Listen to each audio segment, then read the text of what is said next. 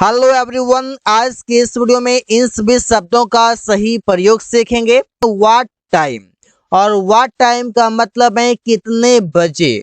जैसे आप किसी से बोलते ना कि कितने बजे तुम वहां जाओगे, कितने बजे तुम मुझसे मिला, कितने बजे तुम लोग स्कूल जाते हो, तो यहाँ पर कितने बजे जैसे बोलते हैं उसके लिए अंग्रेजी में शब्द है व्हाट टाइम। जैसे रमेश कितने बजे उससे बात किया, What time did Ramesh talk to him. ये सेंटेंस पास्ट इंडेफिनिट का है, इस वजह से इसमें what टाइम के बाद हेल्पिंग वर्ब डिड आएगा, सब्जेक्ट आएगा और इसके बाद V1 आएगा। वो कितने बजे बाजार गए, What time did he go to market. यहाँ पर ये सेंटेंस इंट्रोगेटिव है, यहाँ पर प्रश्न पूछा जा रहा है, इस वजह से सेंटेंसेस में सबसे पहले व्हाट टाइम, इसके बाद हेल्पिंग वर्ब टेंस के अनुसार आएगा। अगला है सो व्हाट, और सो व्हाट का मतलब है तो क्या। अब सेंटेंस में कैसे प्रयोग करते हैं वो देखिए। तो वो क्या खेलना चाहता है, तो वो क्या खेलना चाहता है, तो सेंटेंस बनेगा so what does he want to play. तो तुम क्या पढ़ रहे हो, कुछ भी हम बात करते हैं उसके बीच में हम बोल देते हैं तो तुम क्या पढ़ रहे हो, तो बोलते हैं so what are you reading. So what are you reading, तुम क्या पढ़ रहे हो। तो सो व्हाट का मतलब हो गया तो क्या। व्हाट काइंड, और व्हाट काइंड का मतलब है किस प्रकार या किस प्रकार का, किस प्रकार का किताब तुमने खरीदा। तो what kind of book did you buy, कि किस प्रकार का पेन रवि के पास है। व्हाट काइंड ऑफ पेन, इसका मतलब हो गया किस प्रकार का पेन, किस प्रकार का किताब डज रवि हैव, रवि के पास है। हाउ फार, हाउ फार का मतलब है कितनी दूर। जब भी आप दूरी की बातें करते हैं, जब भी आप डिस्टेंस की बातें करते हैं, उसमें आप प्रयोग करते हैं हाउ फार का। जैसे तुम्हारा घर यहाँ से कितना दूर है, आप अगर किसी से पूछते हैं तो वहां पर आप बोल सकते हैं how far is your house from here. Station कितनी दूर है, how far is the station, how far is the station, station कितनी दूर है। तो इससे बोल सकते हैं फॉर हुम, फॉर हुम का मतलब है किसके लिए, रवि किसके लिए यह काम करता है। For whom does Ravi do this work. तो फॉर हुम का मतलब हो जाएगा किसके लिए, और ये किसी पर्सन के लिए प्रयोग होगा। कोई मेल और फीमेल दोनों हो सकता है। प्रिया किसके लिए खाना पकाई, for whom did Priya cook food. For whom did Priya cook food, Priya किसके लिए खाना पकाई। अगला शब्द है व्हाट अबाउट। व्हाट अबाउट का मतलब है किस बारे में, और इसका प्रयोग किसी थिंग के लिए करते हैं, किसी वस्तु के लिए करते हैं।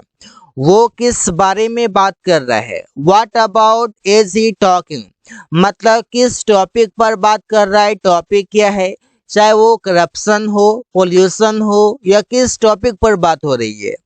वे लोग किस बारे में सोच रहे थे, what about were they thinking. What about were they thinking, वे लोग किस बारे में सोच रहे थे। अगला शब्द है व्हाट इफ, और इसका मतलब है क्या हो अगर। इसे क्या हो अगर मैं वहां जाऊं, तो सेंटेंस बनाएंगे what if I go there. What if I go there, क्या हो अगर मैं वहां जाऊं। क्या हो अगर तुम लोग रवि के साथ रहो। What if you live with Ravi. तो व्हाट इफ के बाद कोई भी सेंटेंस आप बना सकते हैं, चाहे वो नेगेटिव रहे या फिर वो पॉजिटिव रहे, तो दोनों तरीके से आप बना सकते हो।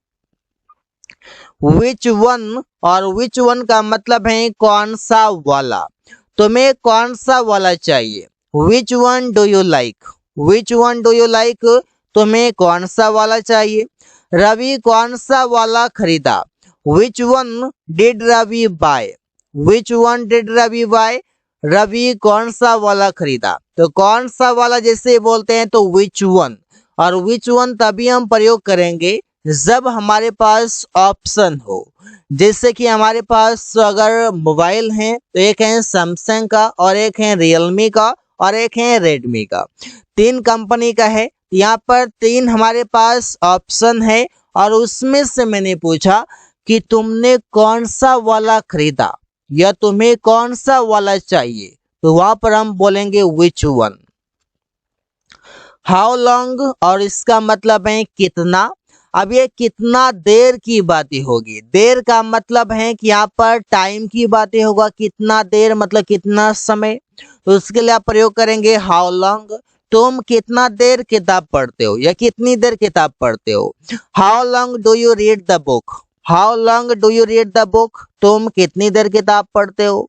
वे लोग कितनी देर टीवी देखा, how long did they watch TV, वे लोग कितनी देर टीवी देखा, how long did they watch TV. तो ऐसे ही प्रयोग कर सकते हैं।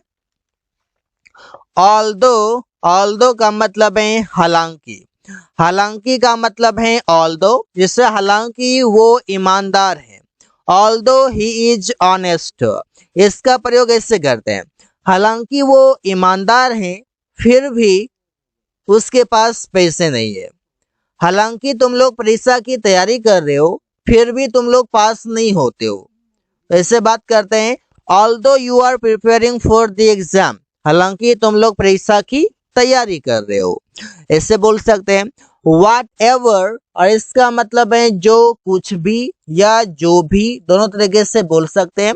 जो कुछ भी वे लोग खेल रहे हैं, जो कुछ भी वे लोग खेल रहे हैं मतलब कैरम हो रहा है या क्रिकेट हो रहा है या चेस हो रहा है, कुछ भी खेल रहा हो मतलब कोई भी गेम खेलने की बातें हो रही है, तो यहाँ पर आप बोलेंगे जो कुछ भी मतलब व्हाट एवर वे लोग खेल रहे हैं, दे आर प्लेइंग। जो कुछ भी तुम पढ़ रहे हो, आप पढ़ने की बात हो रही है, तो whatever you are reading, whatever you are reading, जो कुछ भी तुम पढ़ रहे हो। अगला शब्द है एज सुन एज और इसका मतलब है जैसे ही, जैसे ही उसने देखा। As soon as he saw, जैसे ही वो आया। As soon as he came, जैसे ही उसने अंग्रेजी बोला हम लोग चकित हो गए, तो इस तरीके से बोलते हैं और इस तरीके से प्रयोग करते हैं। अगला शब्द है एज फार एज और इसका मतलब है जहां तक, जहां तक मैं जानता हूं वो चोर है। As far as I know he is a thief, जहां तक अंग्रेजी की बात है। एज फार एज जहां तक अंग्रेजी की बात है, इंग्लिश इज कंसर्न्ड, तो ऐसे ही प्रयोग कर सकते हैं। हाउ मैनी, हाउ मैनी का मतलब है कितने, कितने कार उसके पास हैं। How many cars does he have, how many cars does he have, कितने कार उसके पास हैं। कितने किताब उसने खरीदा। हाउ मैनी बुक्स, कितने किताबें डिड ही बाय, उसने खरीदा। तो हाउ मैनी का प्रयोग जब भी आप करेंगे काउंटेबल नाउन के साथ प्रयोग करेंगे और ये काउंटेबल नाउन प्लुरल होगा। जैसे यहाँ पर कार्स, बुक्स, ये ऐसा ही आएगा, मतलब कोई भी नाउन में एस या एस लग के ही आएगा। अगर कोई नाउन प्लुरल ही है तब उसमें नहीं लगेगा। जैसे ये मैन प्लुरल है, जैसे ये पीपल ये भी प्लुरल है, इसमें एस या एस की कोई बातें नहीं है। लेकिन जैसे कार है तो कार्स आएगा, बुक है तो बुक्स आएगा। अबाउट हुम और इसका मतलब है किसके बारे में। अब यहाँ पर इसका प्रयोग करते हैं किसी पर्सन के लिए। तुम किसके बारे में बता रहे हो। अबाउट हुम आर यू टेलिंग, सुमन किसके बारे में सोच रहा है। अबाउट हुम इज सुमन थिंकिंग। यहाँ पर इस सेंटेंसेस बना सकते हैं कई सारे। हाउ ऑफन और इसका मतलब है कितनी बार, वो कितनी बार यहाँ आया। How often did he come here, Suman कितनी बार खाना खाता है। How often does Suman eat food, तो हाउ ऑफन का मतलब हो गया कितनी बार। जब भी आप कितनी बार तुम मुझसे मिलते हो, कितनी बार तुम मोबाइल चलाते हो, कितनी बार तुम वहां जाते हो, तो इससे हम बोल सकते हैं कितनी बार। और इसका अंग्रेजी how often. So guys, thanks for watching, that's all for today.